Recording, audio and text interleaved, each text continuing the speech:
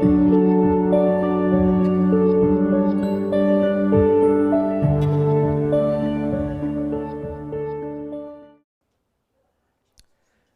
is a Fatima TV worldwide special coming to you from the Fatima Your Last Chance Conference in Rome.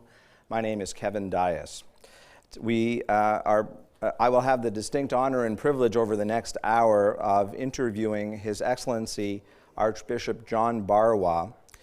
His Excellency is the Archbishop of the Diocese of Cuttack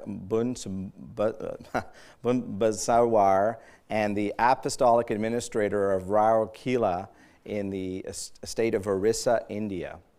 His Excellency will be discussing with us the persecutions of Christians that occurred in his homeland in the years 2007 and 2008. Would everyone please welcome His Excellency.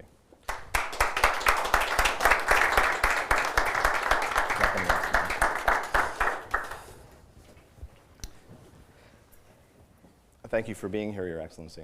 Okay. I should like to begin, before we get into the specifics of the persecution that occurred in your homeland, by setting the stage for that discussion, by asking you some questions about the background of Catholicism in Orissa and about your own personal background. So first of all, where in India is Orissa? Orissa is in the east of India, closer to Calcutta, around 500 kilometers. And this is a state which has 5 dioceses. And total population of this state is around 35 million. And Catholics are around little more than 500,000. Also similar number of Protestants are in the state. And this is divided into 5 dioceses. Cuttack Bhubaneswar is the archdiocese with 4 other suffragan. Balasore, Berhampur, Rourkela, Sambalpur, and me, Cuttack Bhubaneswar. I am also Apostolic Administrator of Rourkela, which has the highest number of Catholics. Population-wise, it has 1,600,000, and the Catholics are 250,000. And the archdiocese where I am now, the Archbishop, has the population of around 11 million, and the Catholics are around 70,000. Now, just for people who may not have a sense of India and of Orissa, what type of land is it? Is it a flat land? Is it urban, rural? Are there jungles? Please describe the area of the country this is. Orissa is one of the poorest state in India. It has mostly hills, mountains, and dry area. Though there are coastal areas like Puri, Balasore, but most of this has the dry and hilly area. But it is filled with natural minerals like iron ore, which is the highest, and coal. And the population of this land are mostly tribals and Dalits, especially the Catholics and Christians. When I say tribals, they are the original settlers of the land or indigenous people. And Dalits are the people belonging to the caste Hindu group, the lowest strata, that is 4th group, that is Brahmins, Kshatriyas, Vaishyas, and this 4th group is Shudras, and they are the ones who do all the lowest work, cleaning and all kind of things in the society. Can you elaborate a little on that caste system, because most people from the West probably don't really understand it. You say there are 4 different, first of all, where does the caste system come from? How has it come to India? Yeah, first of all, I myself, I am not a I don't belong to that caste system. I am a tribal man. Tribal people were secluded and they have their own culture and rituals and all. And but at the same time, caste system in the Hindu society and Hindu faith comes from God Himself, or Manu, one who made these differences. And Brahmins are the highest class, and they are in the Brahmins are those who normally perform the rituals and pujas, and they are in direct contact with God and supernatural. So that they would be the priestly caste. Priestly caste, Brahmins, they are the first. Second one is the Kshatriyas, they are the warring group, warriors who protect the land. Also they are they protect the land, they are Kshatriyas. Third one is the Vaishyas, they are all business class and farmers, those who take care of the land and business and take care of all other survivals. They are the Vaishyas. And the last one is the Shudras, who serve all other group with every aspect of labor that is to be performed. So, and they are, in other words, called untouchables. All other three groups are not supposed to touch these people, and they are supposed to remain secluded from the society. This is the caste system. And the Dalits are the last last lower one. And most of my Christians in this part of my archdiocese are belonging to Dalits. When you say untouchables, does that mean that physically no one is allowed to physically touch them? What does that mean, untouchable? Yeah, once upon a time it was so, but because of education and all, people have come up, and that physical untouchability doesn't exist so much, because it is difficult to make out who belongs to which caste and category, but at the same time mentality remains. Now, that brings me to my next question. Can you move out of your caste? Or you're born into the caste, and can you move up or down in the caste system? Today, though caste system mentally remains, because of but society is directed and guided mostly by economy.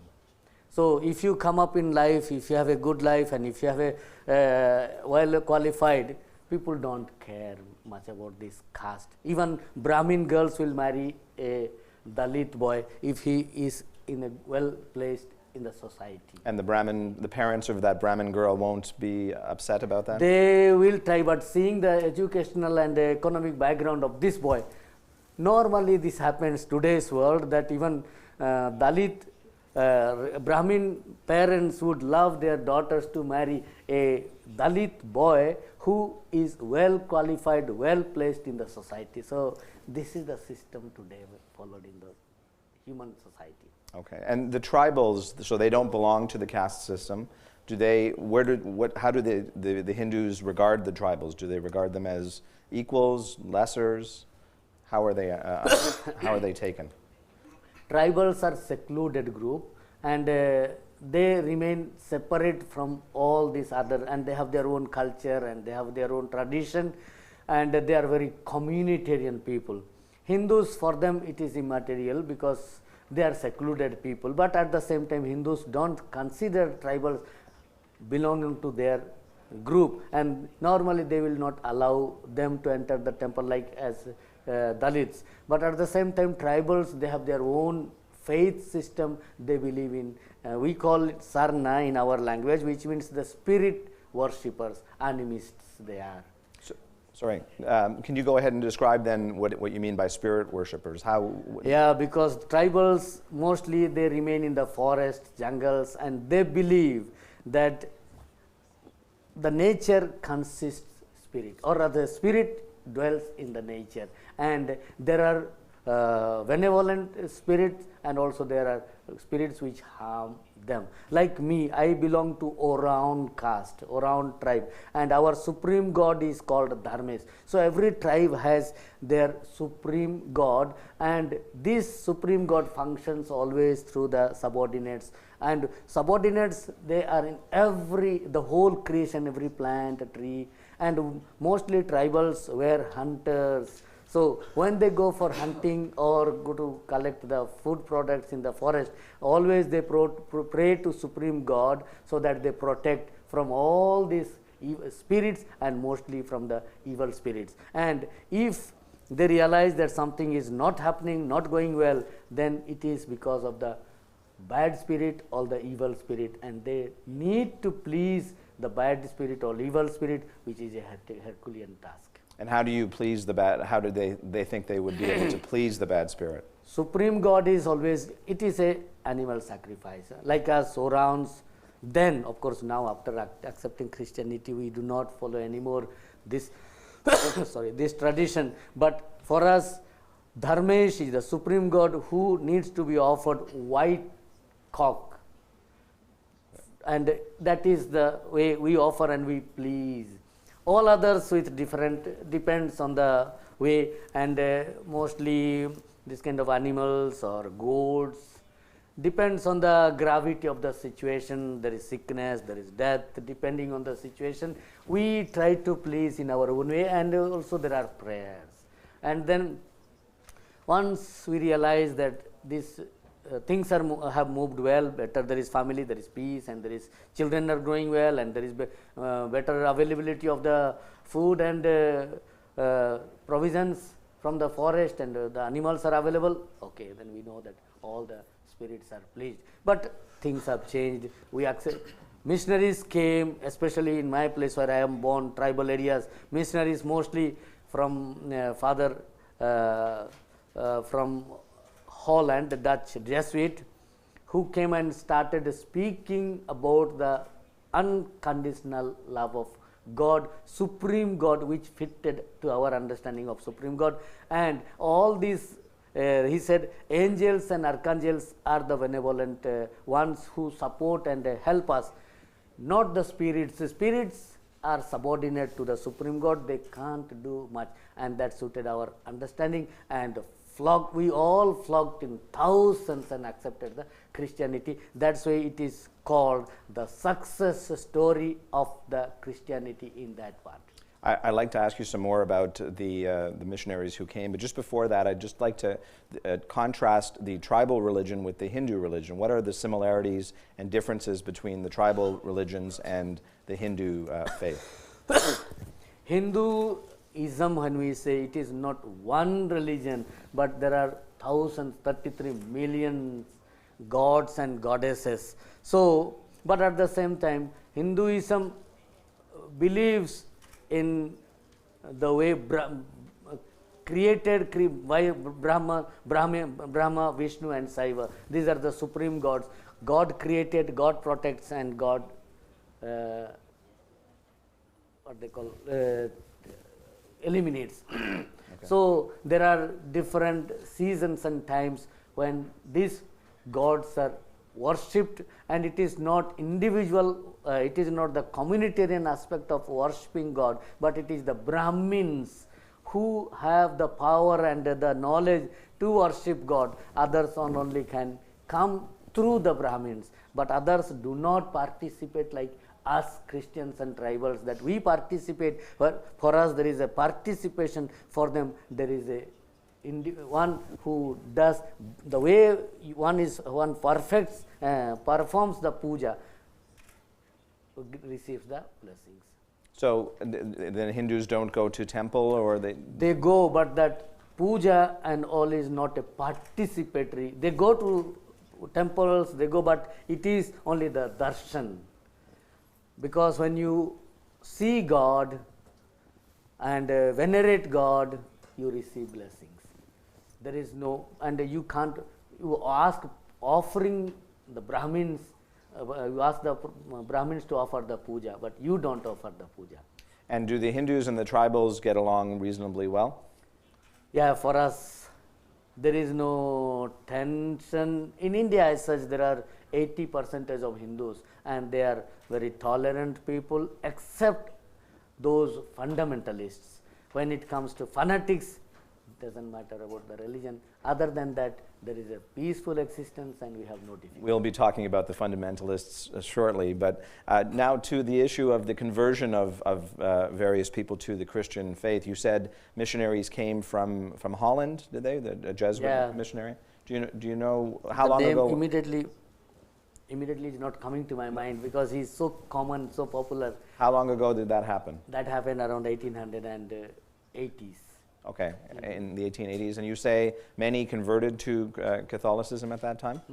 And because we were struggling with the spirits and also as the landowners, because spirits I already mentioned, and another problem we faced those days was the land, because for tribals there is no ownership of land and air and water, because it is gift of God, and we never believed that someone can own land. That's why tribals always cleaned the forest, cultivated and moved to another place. They never owned. But gradually system came into the government and all this, that they started owning up the land, and tribals lost all their property that they themselves cleaned and all. This father learned the language of the people. Mostly he learned the Munda group, that is Ora, Munda, Khariya, Kishan. There are different tribal groups. So he learned the Munda language, and then also learned the law of the land, and then helped the tribals to get back the land which they had cleaned in their own name, or rather registered their name, got the patta in their name. So those land lost were revived, and they got back the land. So finally they realized that life can be easy, happier, more joyful, peaceful if we have land, which was not their understanding. If we have land, and also spirits which they thought disturbing cannot disturb if they are with this almighty love, God who loves them unconditionally. So finally it was a big flow of Catholics. How many conversions were there at the time By the time, because he could not remain, he got TB and he had to leave the place.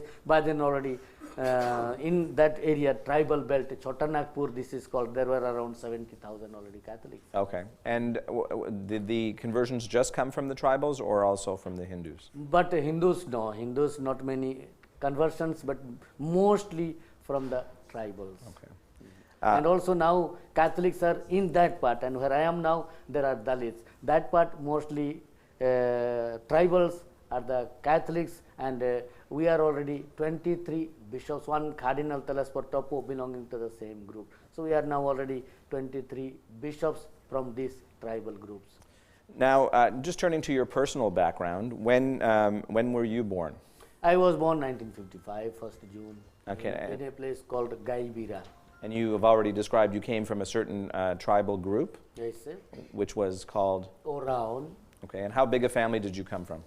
My parents, I don't know my grandparent because he migrated from Jharkhand, another state, and my father, mother, they were agriculturists, farmers, and we are 8 children from them, 2 boys and 6 girls. Another, I have a brother, and all sisters are married. I have an elder sister who is also a gynecology specialist, doctor, a nun, and my brother is taking care of the land and property at home. So where were you in the family? I am number 4. Number 4. Above me there are 3 girls, below me there are 3 girls and a boy. Okay. And what did you said your dad and mom were farmers then? Were they agriculturalists? Yes, yes. Okay, what sort of crops did they have? We normally cultivate that area, paddy and lentils and this type of wheat, that type of crops. So did you mostly seasonal and depending more on the rain. Is that the kind of work that many people in the area do, or is it mostly people in that particular area they do? But where I am now, these are Dalits. Okay. People are Dalits, and Dalits do not have landed property because they are the people serving all other castes. So they don't have land of their own, but they survive on the gifts and the help blessings of all other groups. When they serve, they get. And what kind of life did you have growing up? Was it a poor life? Were you relatively well off? Did your family have money? In that part of country where I was born, money was not much available, but grains and paddy and all these things, and that was our value. Okay. For us, money was not very important, but this paddy and more someone was known as rich person. Okay. Though today it has changed, and people talk about money and not much of grain and paddy and all today, but those days money and cows and cattle were more important than money. And anything church needed, ask for any contribution, even today people give more in kind rather than in cash. But then gradually education and factories and industries coming up, and things have changed. So speak to me about your Catholic life growing up. You were your family was Catholic when you were born? My family was a Catholic, and my parents, though uneducated, very, very committed Catholics. And I learned all this faith from my mother, who is no more. My parents no more are on earth, but at the same time very devout. We had prayers always and every day, because my grandfather, though lived for short, and he loved me so much, and my mommy loved me so much, they wanted me to be a very good boy. And every evening we had, whatever situation may be, we had to spend time in prayer. And my mother, my parish was 10 kilometers away from my home, and Saturday, Sunday we had to walk to the parish. Saturday evening, remain the whole night, and morning attend the mass and come back home running, and it was a very joyful occasion for us. And priests came twice a year to our places, and it was a celebration of the village. When priests visited us, what a joy. We waited for the priest to come, even 7 hours, 8 hours waited for him to come, and when he came, it was a big celebration, confession, singing, celebration of the Holy Mass. It was a real joy. So twice a year they would come to your village, but otherwise... That was the system, and that is the system, pastoral visit of the parish to all the villages. But otherwise you have to walk, you had to go... Not every Sunday we went to the parish, because we have, this is quite far distances, so we have in the system in our places, catechists, lay leaders, they conduct Sunday liturgy of the word. No Eucharist, but liturgy of the word, and that is conducted in every village. And these are the main people who catechize the people and keep contact between the parish and the villages. Now, did you go to a religious school growing up, or? Yeah, I studied all from childhood till 11th standard in the mission school. Afterwards, of course, I went to the government colleges. And when did you know you wanted to become a priest? This is a long story. When I was in class 7 standard, around 12 years or 13 years old, my auntie, my mother's sister, is a religious. She asked me whether I could be a priest and join apostolic school. I saw that I had seen that apostolic school, a mighty building, well, looking very good from outside, and my father had not a very that type of house. So I said, yes, I will join. But then when I went to that apostolic school after finishing my 7th standard, for us for me there was a big surprise, because for us, let's say, toilet is the world, free anywhere. And when I joined the apostolic school, I had to clean the toilet, a room where people ease themselves. For me that was impossible. I said, I can't do and I can't use that.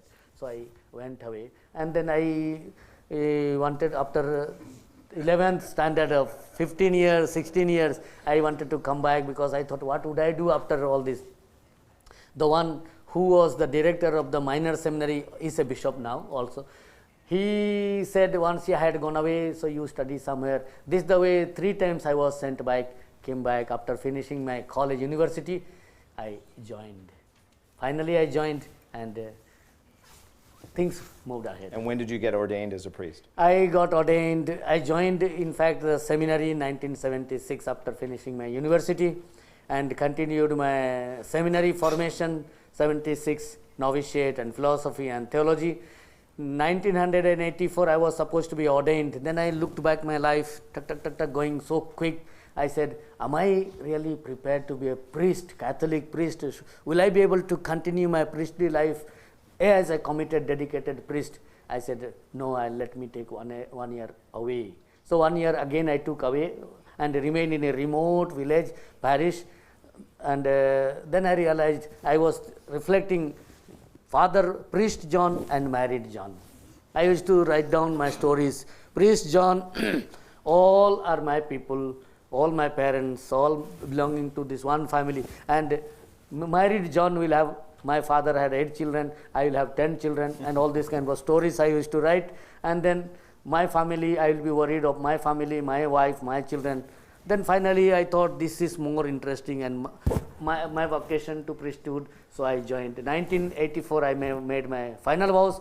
after returning from that 1 year away, I said, I will become a priest. I want to be a priest. So they accepted me, made my final vows, diaconate, and then I was ordained 1985, 14th April 1985.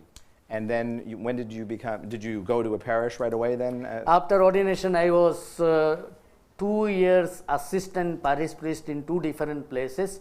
And then I was called by the same man who had told me away to study outside 3 times, had rejected me, became bishop, and he said, Father John, everybody recommends your name to be in the regional pastoral center for 5 dioceses where laity formation takes place.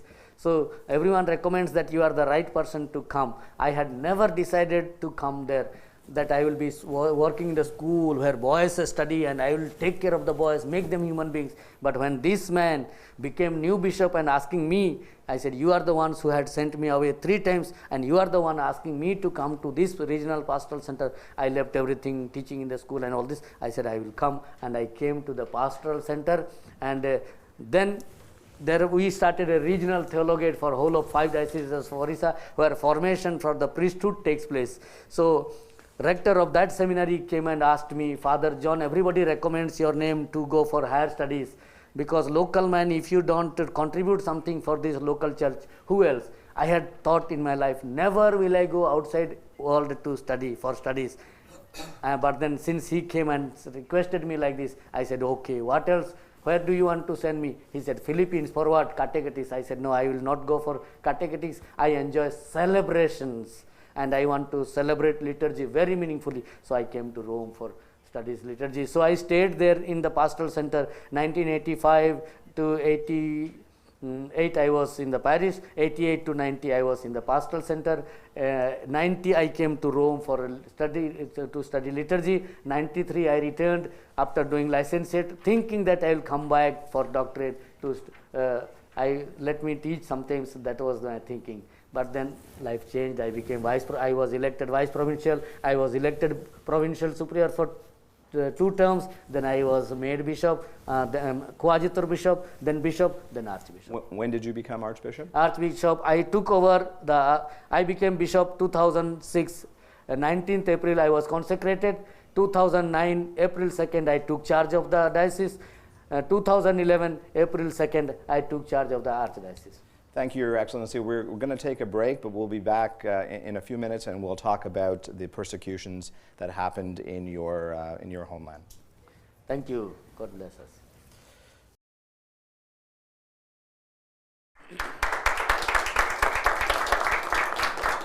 Welcome back to the second part of our Fatima TV Worldwide special, coming to you from the Fatima Your Last Chance conference in Rome.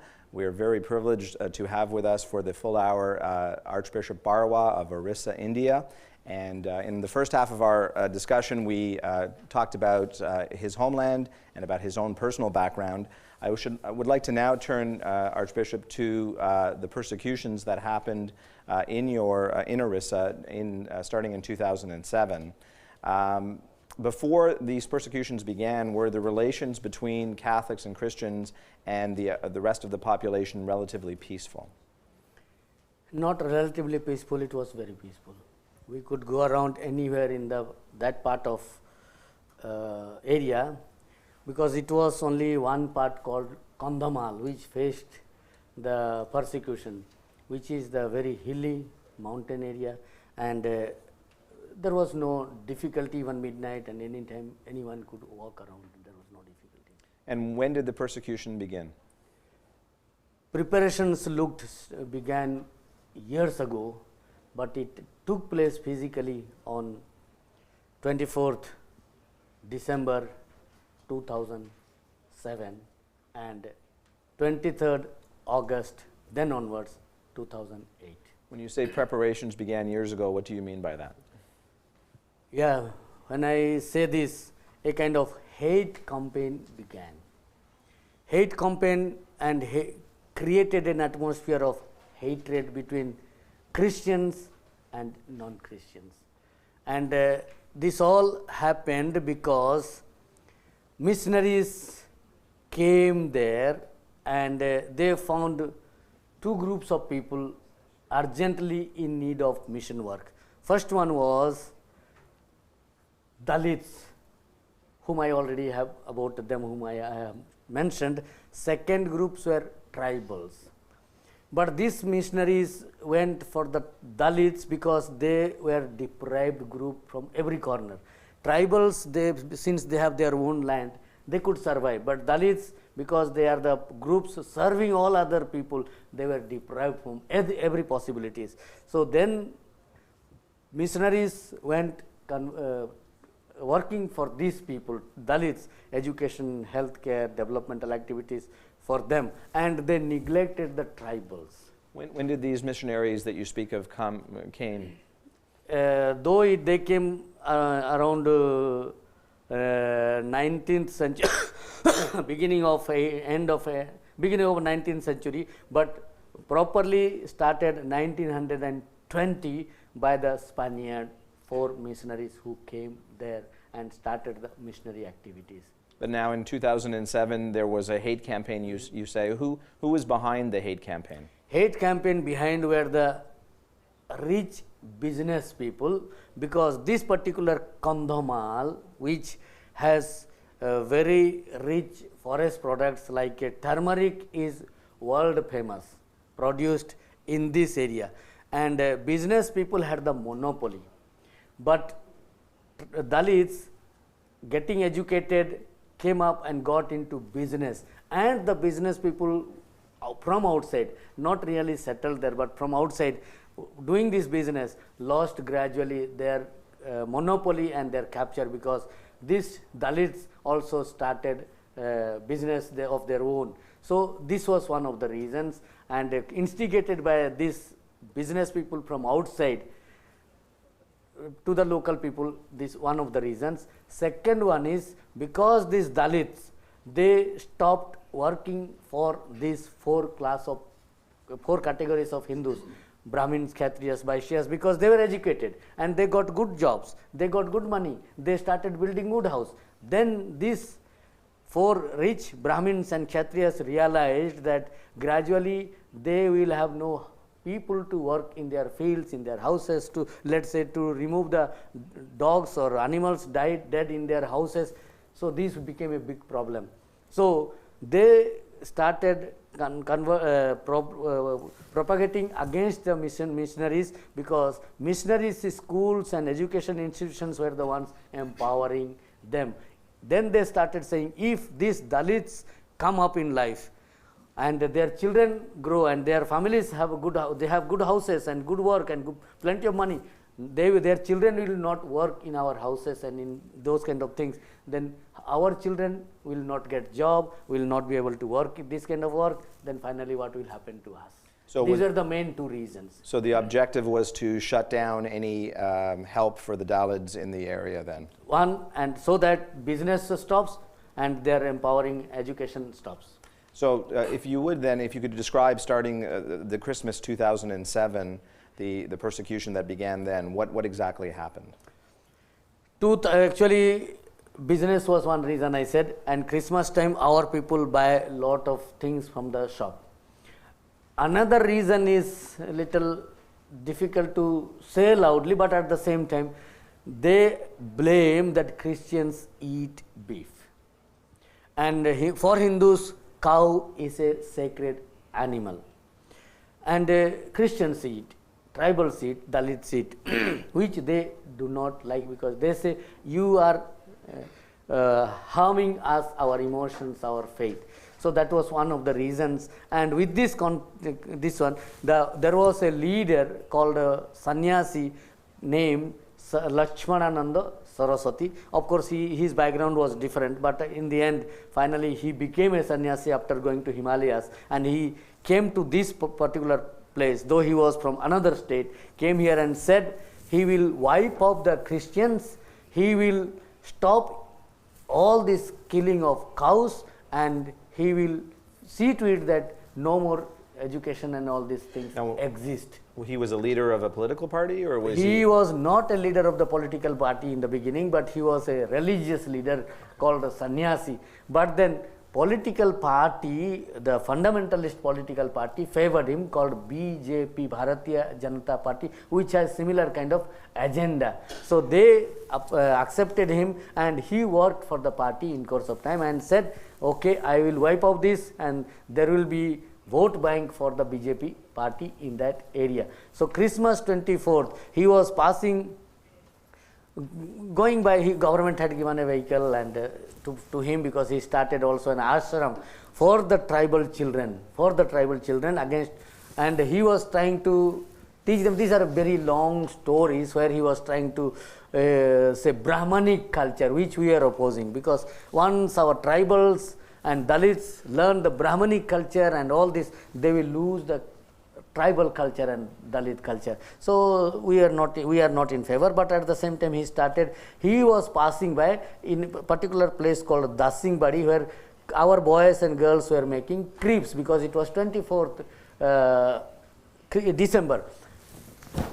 But then people knew him well, that this man is against Christians and against us. So when he came and went to see the church and decorations, our boys and also, you are the ones against us and you are the one coming to see us. There was a little pulling and pushing, but already they had a plan that anything happens, immediately in the flash, they flashed out that this particular sannyasi is attacked and beaten up very badly and all these kind of things. Was he beaten very badly? No, this was only acted out, and message was flashed in the TV, in the radio, everywhere, that this particular sannyasi is attacked and butchered and very badly beaten and bleeding and all kind of things. So everywhere in the TV and then in the radio and everywhere it was flashed, and next to parish already started attacking all our Christian shops, and people did not know, they were not prepared, because nobody knew. But then it was a premeditated program. And then all our business, our close to church is all our church, our shops. Other side is Hindus. All our shops were destroyed, all our shops. And few people were, so it spread in few parishes. So what happened? The shops were destroyed, they were burned? They were burnt and everything was finished, and they were not allowed to come. People had to run, because not only shops, but also houses were burnt and destroyed, so people had to run to the jungles. And how did that persecution stop at that time? That stopped. It lasted only 2 days. So the authorities intervened then? It intervened and it stopped. Okay. But the second persecution, 2008, August 23rd, pre-plannedly, premeditatedly, this particular man was killed. 8 o'clock in the evening. So between the first persecution and the second persecution, there was no, then it was.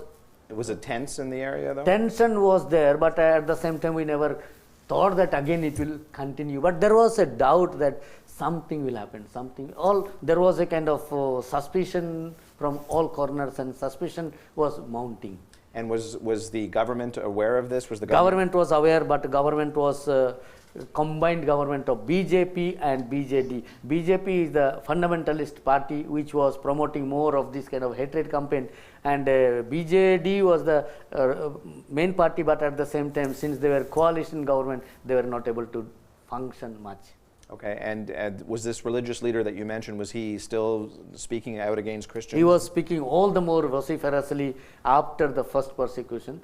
So then suddenly 2008, August 23rd, around 7:45, 8 o'clock, he was attacked and he was shot dead in the bath. He was hiding in the bathroom, but together with 3 more collaborators, he was shot dead. In his own home?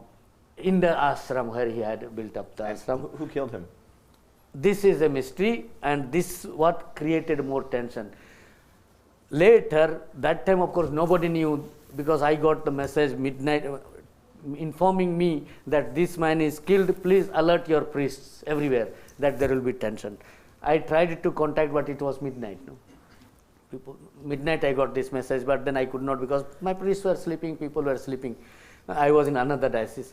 And immediately in the papers it came in a front page, Christians killed the sadhu, though we never did. And they brought out a big one. IPS, police officer retired, wrote a big story that Christians killed this man, which we never did. And with that started the burning, killing, the persecution, So total persecution. why would they lie in the newspaper? Was that part of the coordinated? Because this was a prefabricated story that Christians will be wiped away and all these institutions will be finished and there will be no more existence of Catholics and Christians in that area. This was prefabricated, meditated story. That's why to make it a reality, these were the things happening. So what happened then the next day? Then gradually things became very bad. 2 months it was left free. No, even police people were just watching things happening, burning, killing, butchering, and 93 Catholics, Christians, persons were killed. 6,500 houses were burnt and looted and destroyed. 350 churches and 45 health centers were destroyed totally. This way, and 50,000, more than 50,000 people had to live in forests just to themselves. And the authorities did nothing at all? Authorities did not do anything. And then gradually, missionaries of charity of Mother Teresa's sisters started coming, talking, visiting, and then started the camps for those people remaining in the forest to come back and stay. That life was very miserable. I myself have visited the camps and the way they lived there in very difficult, unexplainable misery. But at the same time, it lasted for 2 months. So just to understand, the people whose houses were burnt, they fled into the forests, and then eventually camps were established that they could move into. The camps, protected by the police. Then we also started filing the case and all kind of, we from our side, and the Archbishop then, my predecessor, was, when this particular thing happened, he was in Kerala, south of India, because that is his home place. He was there and he could not come. And some of his collaborators told him that it is good that you don't come because your life is in danger. Even Bishop's house in Bhubaneswar, which is 6 hours drive from the place where it took place, it was also attacked but not damaged. But then police took care of it and it is not damaged. But Bishop for 1.5 months, 2 months could not come to the diocese. So priests were left to themselves and things were all in disorder because there was no leader that time. Were the priests and religious being attacked as well? Priests and religious, because they hid. They all hid. And one Mother Teresa's sister Suma, who was the who was the regional superior, took all initiative because being Mother Teresa's sister, there is a soft corner from the governor side. And she took more interest and collected all the priests and religious hiding in the forest and brought them all to the capital of the city, Bhubaneswar. And that's the way. And those days also many things, but this sister took a lot of interest, and then gradually sisters started first medicine distribution and food distribution, and a lot of other religious nuns and priests joined, not in the religious dress but otherwise, because people from outside were not allowed to come. We also Catholics wanted to help, but we were not allowed to provide help like food, medicine, everything. So things were bad. Now, who carried out these attacks? Were they young? I guess they were young men, young Hindus. These were the masterminded people. Were the difficult to say, but it was more fundamentalists, staying not in the area but staying outside. Mostly business class people. Because of the business, they instigated the local people, saying that these people are forcefully converting the Christians, tribals and Dalits, and gradually the whole area will become Christian.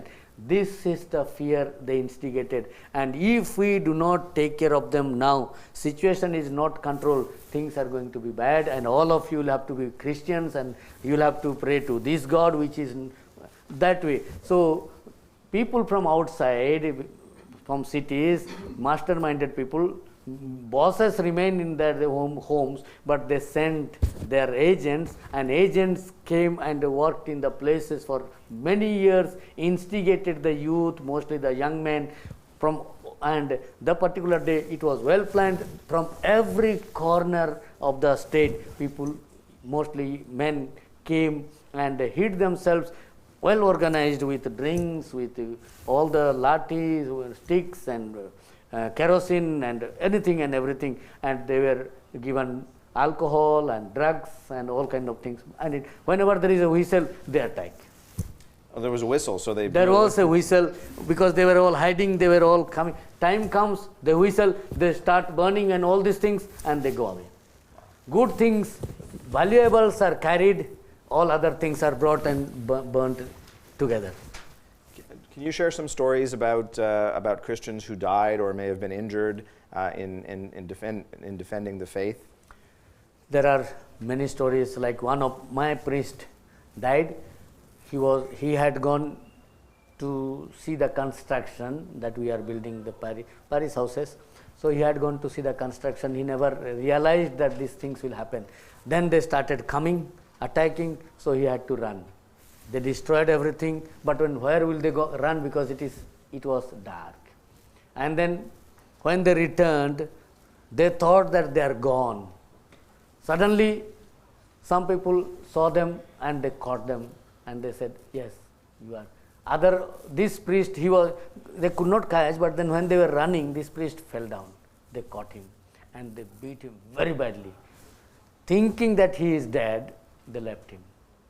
And the driver, our driver who also is my driver today, he came, saw this priest lying, not dead. So he pleaded to some people and then gave some water and took him to the police station, and that the way, but finally he died.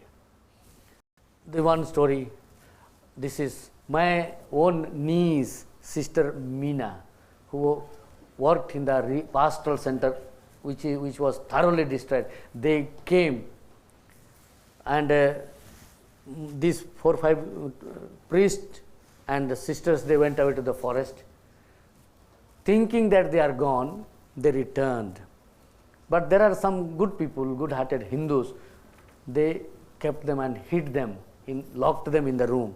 And when the gang came searching for them, where are the father, sister, they said, we don't know, they are not here.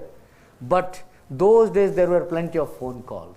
And someone rang to this priest, asking maybe some things, and people outside heard that there is some phone call, and there was also response. Also, the hotel one, there is a small hotel, who also said that they are hiding there. So people came, caught them, and naked they paraded both my niece and the priest. On the main road, they took to the police station, they took to the government office, nothing. Even my niece sat in between the police people, 4 or 5 of them. They came and picked her up, pulled her up. And again they brought to the pastoral center, removed her garments, and first they tied themselves and those two, and then again removed, and they said, have sexual action, both father and sister. They said, kill us, but we'll never do that. Finally, they beat them thoroughly. They made them walk on the main road, thousands watching. And then finally, to my niece, some people put her on the ground. One man stepped on the hands and called others to rape her. Anyway, these were the inhuman activities. Finally, they left them. Then they went to the police station, and this one, Mother Teresa's sister, organized and brought them to Bhubaneswar, the capital city. There are many more stories, Wives seeing the husbands being cut into pieces. Wives seeing the husbands doing inhuman activities. So there are plenty of stories. And when we called them later to give testimonies, in tears, with loud voice, they explained all this, the events that they have faced. How is your niece doing today? My niece, after that, we hid her. Because, and we have filed a case, and always she is in cover. Only this part we have demonstrated. Nobody knows her. Then she studied university, and there were counseling for her, and she is okay, and she has been doing well, and she passed in first very good marks in the university, and always we are praying. And the father one who faced this is now in another diocese far away from my diocese. I have sent him also. He wanted so that there is a freedom. And of course now since nobody has seen my niece physically, they don't recognize her. Though she walks around, but then we don't bring her home because people know, and so there is little doubt and fear. So, but at the same time she remains in the convent. She tells me that, uncle, I want to see many interviews I had also from Italy and different countries about all this. My niece says, my uncle, you are now Archbishop. I offer all this pain and struggle and persecution and even my rape for the mission. And today I am even ready to go and work for my people who persecuted me. The authorities during all of this stood aside and they did nothing to intervene? Now things have changed. No, but at the time this was happening? That time, no. Okay, and so how can people regain their trust in the authorities given that they stood aside? That BJP party, because depends how people in my area are illiterate, innocent. They can be instigated with false assurances and promises, and that's what exactly politicians are doing. But for God's blessings, that party which is very fundamental lost in the election, which followed the persecution, and totally they lost. And single party won, BJD, which is not a communal party, and now things are improving, and I took up the responsibility as Archbishop. And since I am a local man, I speak the language. They know that I am a local man, so things are changing, and I have a very good relationship with the administration, with the police, and with everybody. Can you just briefly detail the rebuilding efforts that were undertaken after all of these houses? Yeah, now all the camps have closed. People are back home, and we have built out of 6,500 houses destroyed, around 6,000 we have built. Maybe in the remotest areas which are yet to be discovered, people say that area we have not yet reached. But I believe more and more houses are built, people are back home, and churches are built, main churches, all the churches are built except the remotest village churches which we have started. Convents and schools have started, and there are many NGOs and agencies, thanks to the European Union and America and all the countries, those who helped us. And we church paid 50,000 rupees, government paid 30,000 rupees, and for 80,000 rupees we have built the houses of the people. But churches of course costed us more, and we are building up. And our youth, many of the dioceses in India, they have adopted the children and also youth for different livelihood, professional trainings, and I believe things are improving and improving fast. With your collaborations, and we, on behalf of my people, those who suffered, I sincerely thank each one of you for your prayers, for your generosity, and we have experienced, and as Archbishop of the area, I know what it means to suffer and what it means to experience the generosity and power of prayer from all of you. This is what I want to say also. Thank you, Archbishop. In the 2 minutes that we have left, if you could just address how this persecution affected the spirit, the Catholicism of your people. I can only say this, that persecutions and sufferings make us stronger.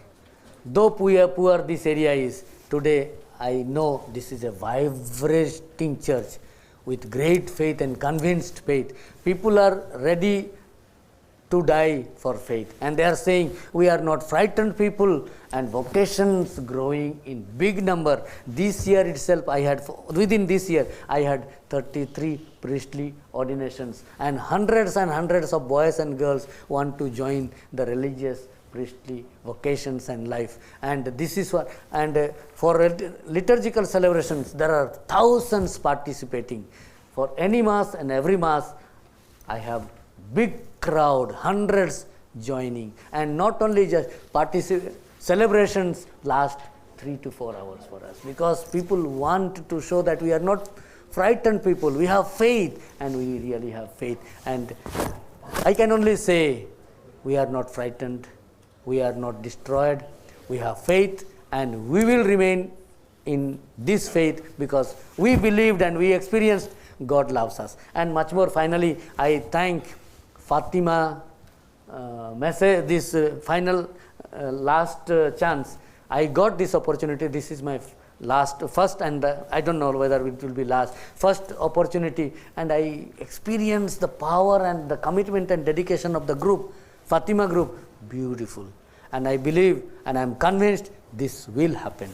And I am also one of the messengers today after participating in this convention. Thank you, Archbishop Barwa, for your testimony, your courageousness, and your time today. And thank you, ladies and gentlemen here in the audience. This has been a Fatima TV Worldwide Special, coming to you from the Fatima Your Last Chance Conference in Rome. Thank you, Kevin. Thank you.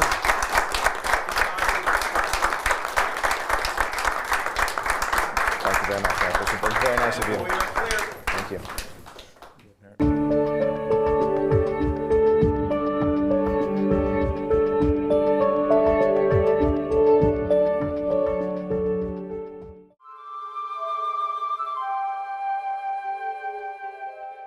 Our Lady said to Sister Lucia of Fatima,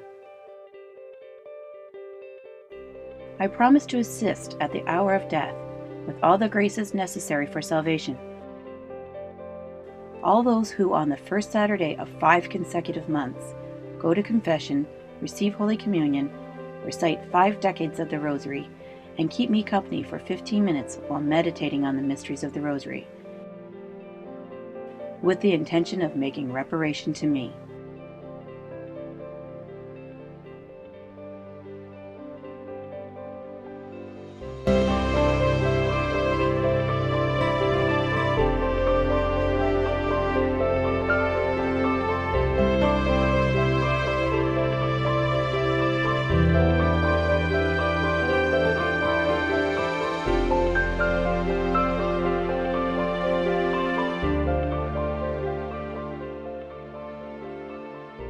Pray the Rosary every day to obtain peace for the world."